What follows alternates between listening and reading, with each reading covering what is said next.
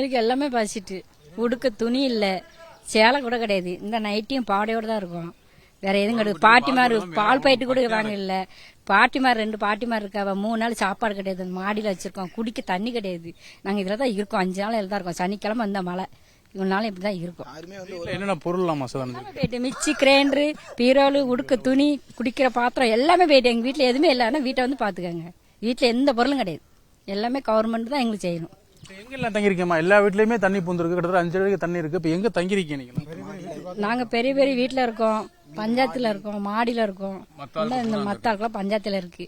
நாங்க இந்த மாடியில இருக்கோம். ரொம்ப கஷ்டப்படுறோம். நாங்களாம் ரொம்ப கஷ்டம். வணக்கம். இது சிறுவண்டம் தொகுதி பத்தியாங்க, தூத்துக்குடி மாவட்டம், ஏரல் வட்டம், இடையர் ஊராட்சி. நாங்கள் வந்து சனிக்கிழமை இருந்து இங்கே தான் இருக்கோம். தண்ணி வந்து ஒரு 9 அடிக்கு மேலே தண்ணி இருந்துச்சு.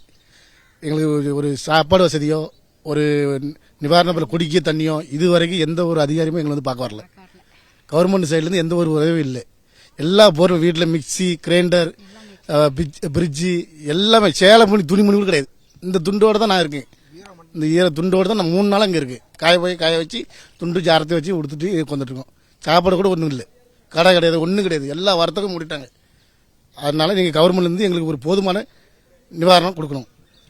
இதுக்கு முன்னாடி இந்த மாதிரி வெள்ளம் இந்த பகுதியில் ஏற்பட்டிருக்காரு? இதுக்கு முன்னாடி ஏற்படலை. ஒரு 30 வருஷம் இருக்கும். ஆனால் எங்களுக்கு வந்து வீடு வந்து ஒரு 15 வீடு கிட்ட எரிஞ்சிருச்சு. 15 வீடு எரிஞ்சிருச்சு. ஆடு மாடுகள் ஒரு 100 ஆடுகளுங்க செத்து போயிட்டு நாங்கள் கிடக்கு. ஆடு மாடு கோழிகள் எல்லாம் நிறைய சேதாரம். இது வந்து பாத்திரம் வீட்டில் பொங்குறதுக்கான ஒரு பொருள் கூட கிடையாது. ஒரு துணிமணி கிடையாது, ஒன்றும் கிடையாது. செய்திகளை உடனுக்குடனும் துல்லியமாகவும் தெரிந்து கொள்ள சப்ஸ்கிரைப் பண்ணுங்க.